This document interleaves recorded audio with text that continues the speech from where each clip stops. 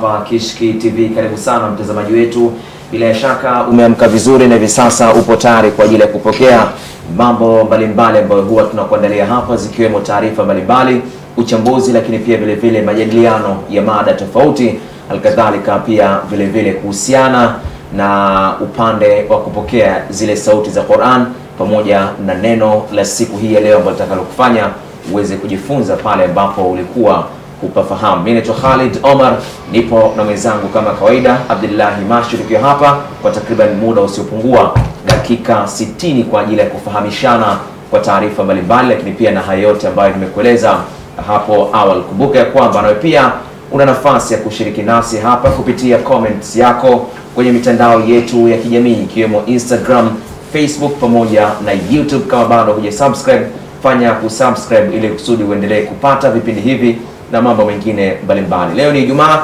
na kama ilivyo siku ya Ijumaa huwa tunakuwa hapa kwa ajili ya kuzungumza mambo mbalimbali. Tutakuwa hapa kwa ajili ya kuzungumza masuala mbalimbali ya kidini na tutakuwa tunaegemeza siku yetu katika upande wa Uislamu zaidi na vipi ambavyo jamii itakavyokuwa inanufaika katika siku hii ya leo. Karibu sana Masha, asalamu alaykum. Assalamu wa rahmatullahi wa barakatuh. Khalid bin Umar, ni habari habibi? Salama. Hivi nani ambaye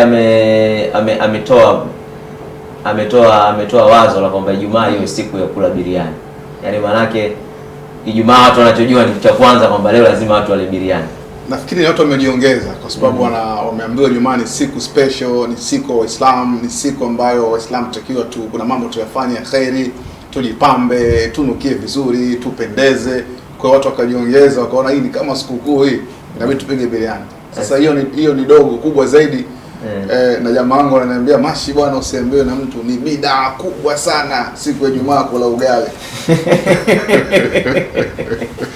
Kwa Ijumaa lazima watu wapige biriani. Kuna watu ambao walikuwa hawajui inapikwaje, lakini wamejitahidi mpaka wanajua inapikwa. Sasa tofauti ukutana na biriani ambalo limepikwa vibaya.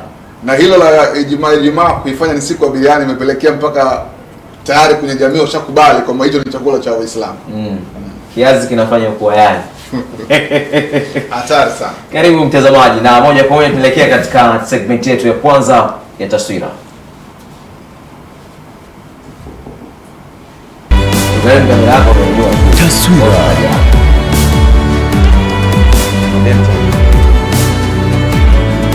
Taswira.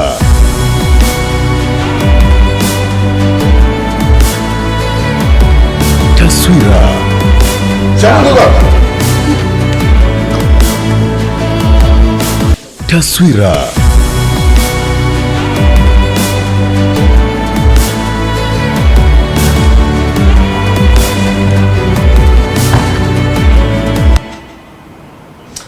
Na katika taswira hii leo tunaanzia kule Maka, Saudi Arabia, ambapo mamlaka za mji huo zinazosimamia katika msikiti wa Haram wamepiga marufuku upigaji wa picha za aina yoyote katika wakati huu ambapo mahujaji wakiwa kwenye ibada ya hija, na lengo la kufanya hivyo ni ili kuwafanya kila hujaji anayefanya ibada yake iweze kuwa katika upande wa kuconcentrate katika ibada na asifanye jambo lingine lolote.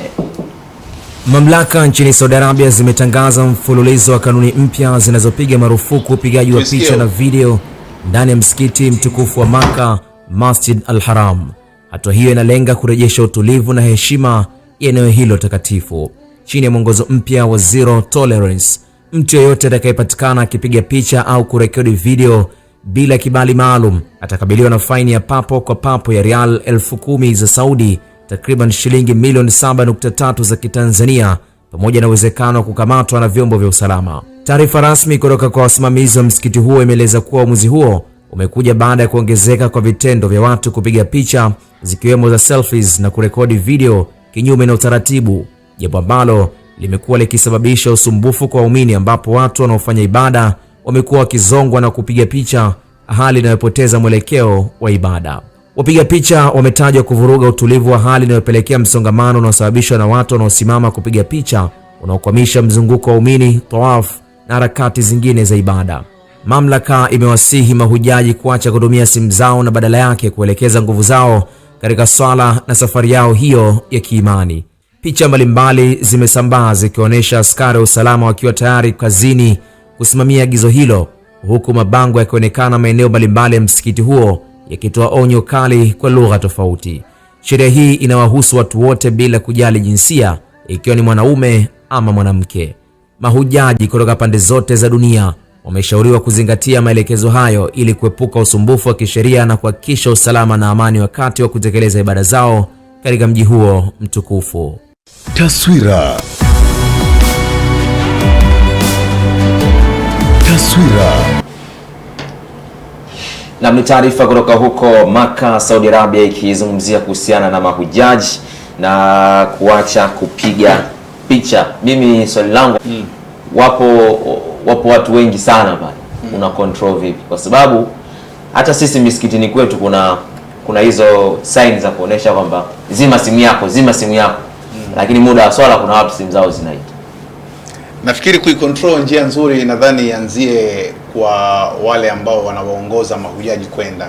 Unajua kila mahujaji ambao wanaenda kutoka kila nchi, wao wanakuwa na watu wao wanaosimamia, na taasisi zao wanasimamia. Nafikiri kama ni seminar ingeanzia kule kwamba bwana tunaenda huko lakini jambo fulani halitakiwi. Kwa kila watu waelekeze watu wao. Wao wafike kule wadili kwenye kujaribu kusimamia, lakini wahakikishe wale watu wao tayari wamewapa maelekezo. Hiyo ni mosi. Lakini upande wa pili, Khalid, ukitazama hili jambo unaona bado shida ipo kwa mahujaji. Na hapa unaona moja kwa moja ndio shida ama ndio tatizo la kuifanya ibada ya hija kuwa ni ibada ya kijamii zaidi. Kwa sababu ukiangalia mtu ameenda pale kwa ajili ya kufanya ibada ya hija. Na falsafa kiibada, siku zote ibada ukihusisha na baadhi ya matukio, yani ibada yako ukitaka kuihusisha kutafuta attention kwa watu, unafanya ibada lakini bado unataka kufanya selfie, kidogo kidogo tabia za ibada zilivyo itaanza kutoka moyoni na ibada itaingia kwenye kamera. Kwa fikra ya mtu inakuwa ipo kwenye kamera zaidi na sio kwenye moyo. Na kiibada ni makosa. Lazima mtu ibada ibaki moyoni. Unajua kama ninalofanya hili kwa ajili ya Allah. Hiyo ni upande mmoja. Lakini upande wa pili, ukifanya vile kuchukua selfie kupiga watu, bado kuna faragha za watu. Unajua si watu wengi ambao wanapenda kujionesha wakiwa labda tunafahamu mahujaji the way wanavaa. Si wengi wanapenda kuonekana pengine sehemu za kifua ziko wazi. Hali unacheza mpira unafahamu kuna watu wengine enzeza mpira wao wanavaa wanavua. Kuna mtu ikiwa ni kuvua yeye hachezi. Na yuko na watu wachache tu pale. Vipi mtu muoneshe katika ulimwengu mzima kama amevaa hivi? Kwa nadhani ile jambo upande wa pili unaona hasara kwa upande huo, yani unakwenda kuingilia faragha za watu. Lakini tatu, kwenye msongamano kama ule unapokuwa uko busy na selfie, kuna namna tutakuwa kuna vitu unazuia. Wewe unasuluhisha na simu. Na historia inaonyesha Maka pale hasa katika kipindi msimu wa hija, wale mahujaji wasipodhibitiwa vizuri, msongamano ule usipodhibitiwa vizuri, unaweza ukatengeneza maafa makubwa sana. Na iliwahi kutokea, nadhani ilikuwa ni 2013 hivi. 15. Nadhani nafikiri 14 15 inawezekana miaka hiyo. Kishki TV, nuru ya dini yako.